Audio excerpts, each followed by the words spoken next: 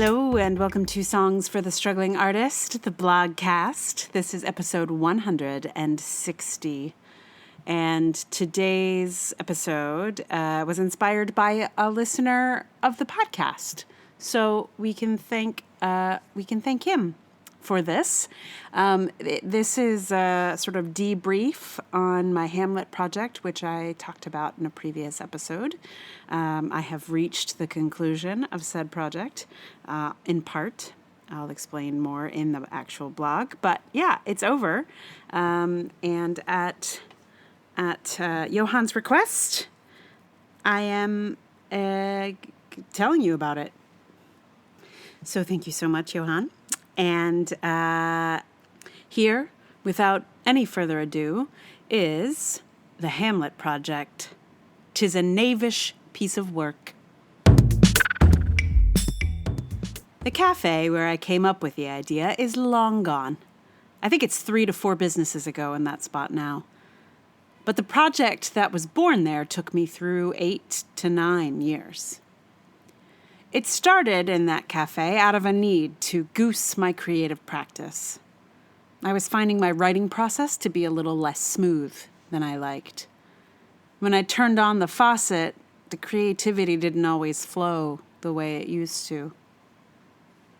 I felt I needed a structure within my daily practice that might drop me into a better state of flow. Hamlet came to me because, at the time, I was working toward playing the role. I had a goal of getting back to acting, and Hamlet was the top of that mountain. I thought if I wrote in response to Hamlet, I'd tackle 2 goals at once. I could prepare to play Hamlet while goosing my writing practice. I didn't play Hamlet, really, and now I'm probably too old for it. But I did perform a soliloquy for my friend's Hamlet rave performance, and my other friend and I organized a reading wherein I got to prepare for and read the part. So I scratched the itch, even if I never held Yorick's skull in front of an audience. As for the writing practice, well, it was always a practice for me. It was part of a process to get me into a state of flow for whatever I thought was my real writing for the day. So it served me very well in that respect. I'm not sure why I decided to share the process, really. I think I figured only a few people would read it, like everything else I put on the internet, so it wasn't really a big deal. I think I was interested in a kind of transparency of creative process, so why not? As of this writing, the Hamlet project has received 94,113 views. So, despite my not paying it much attention, it has become the most seen thing I do. Oh, the irony. When I wrote the last line in my notebook a few weeks ago, I thought I might feel some sense of finality, like I'd just closed a show or something. But I didn't, really. I gave it some ceremony just to mark the moment, but the next day I just began the same process from the first line of Cymbeline. So, what did I learn from spending a little bit of every day with a line from Hamlet? First and foremost, I am not as close a reader as I would like to think. The thing is, I was already very familiar with Hamlet. My first acting job was in a touring production. I taught it fairly often in schools. The play was not unfamiliar when I decided to dive deep into it. But writing in response to single lines made it almost impossible to gloss over meaning in the ways that I, apparently, was wont to gloss. It became very clear that I had previously been very satisfied to just have the gist of the line. Working with single lines forced me to not cut those understanding corners. The process of reading so closely led me to some surprising interpretive places. I developed a whole theory about Marcellus, which caused me to really wonder where he disappeared to. Previously, I couldn't have made much distinction between Marcellus, Bernardo, and Francisco. By the time I got through Marcellus's scenes, I was ready to write his own play. I also uncovered a fair amount of experiments I'd want to see. There are a lot of what-ifs. What if that scene between Laertes and Claudius were played as a vaudeville routine? What if Horatio was the spy, not just Rosencrantz and Guildenstern? What if Hamlet Sr. had killed his father to become king? What if we saw that? What if Claudius saw it and we saw him see it? Do we develop sympathy for him? There are so many imaginary productions and or production moments that I found I wanted to see. This is kind of interesting because after all of these years of seeing so much Shakespeare, I find it hard to get excited to see my 20th Hamlet or 7 millionth Romeo and Juliet. But it's clear that I'd be 100% bought in to see any number of text-based experiments. Other themes that came up a lot were related to Shakespeare's genius with the little lines. I was moved over and over by all the lines that seem like they're no big deal, but are actually packing extraordinary narrative or poetic punch. My relationships with the characters didn't change much, except for good old Marcellus. I suppose I grew to sympathize with Ophelia instead of just being annoyed by her obedience. And I have some thoughts about that English ambassador who comes in at the end, and I never paid him any mind before. There are a lot of characters who I'd enjoy seeing receive the Rosencrantz and Guildenstern are dead treatment and getting their own place. Some of my favorite moments were the lines that inspired their own longer narratives, separate from Hamlet. There are stories about a carp, a monster, and a witch that bubbled up out of the source. There's also a list of rejected ways for Laertes to kill Hamlet with an organ that still cracks me up. I did a fair amount of making myself laugh. Most of the lines ended up as just a conversation between me and the sentence. There are a lot of entries of me just trying to work it out in front of you. I'm showing my work, like a math problem. That's probably the Shakespeare educator in me. I am never interested in explaining a line to students, but I can happily take someone through a process of figuring it out. A lot of lines are just me figuring it out. There's a lot of project here. There are a lot of lines in Hamlet. But in a way, that's why the internet is a good place for this. It is much too much to read all at once. I think it would be a rather relentless book. Words connected to line after line start to become too much after a while. But as a place you can just click around, it's a reasonably fun playground. It's a place where, if you felt like reading just Polonius's lines, you could. It's done now. And also not done. I'm still uploading lines I wrote about 2 years ago. It may be a while before I reach the end of the play on the internet, but my writing process is complete. The uploading goes on. If you were one, or many, of the 94,113 views, thank you. It means a lot to be seen. The rest is silence. Or actually, the rest just needs to be uploaded. Then it will be silence.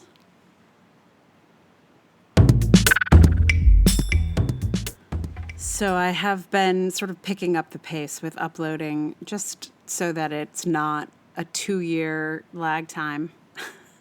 I'm not sure that, I'm not sure how much of a difference that will make, but I'm moving right along. I'm trying to, for a while, it just felt like it was weird to post more than once a day. Like, I don't know. But now I've sort of spaced it out. Like, I just post one whenever I think of it. I'm not going to do them like one after another, because that feels a little relentless. But, I'm hitting 2 or 3 a day. So eventually we will get to Act 5. There's someone who commented on the blog was like, I'm playing all characters in Act 5. I'm sorry. I'm not there yet. I mean, I am, but I'm not. So, yeah.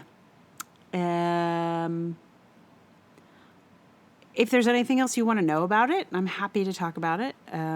It's been a long haul for sure. Yeah. So the post that's following this one, that's already been posted on the blog, is also a Shakespeare theme. It's funny. I'm on a little Shakespeare reflection mode, I suppose. Yeah, so that's coming up. It may be a little bit behind. I'm going to be out of town for a brief bit, but sort of just overlapping on the times that I normally record the podcast. So if I'm not in your feed at your normally expected Monday, don't worry. It's coming. This just might be a minute. So, for the song today, I decided to record, again, actually, a song that I wrote a while ago. I actually am not sure when. I actually can pinpoint the inspiration for it, which if I were going to do some research, I could figure it out. It was inspired by the Bridge Project's production of Uncle Vanya at BAM. Many years ago. So whenever that show was at BAM, that's when this song was first born. And I decided to put that one here because it's another thing inspired by literature. And despite my lifelong commitment to Shakespeare, I don't know that I've ever written a song that is directly influenced by, or that I could be like, this is a Shakespeare song, aside from the songs that I put to music for productions or whatever. And I am sorry to inform you that I remember absolutely none of those. Like none of them. I don't even have I have like maybe a line out of 2 of them, but that's it. So those are lost to history. I would wager that maybe some of the other performers from those shows might still have them in their brains. At some point I should ask them.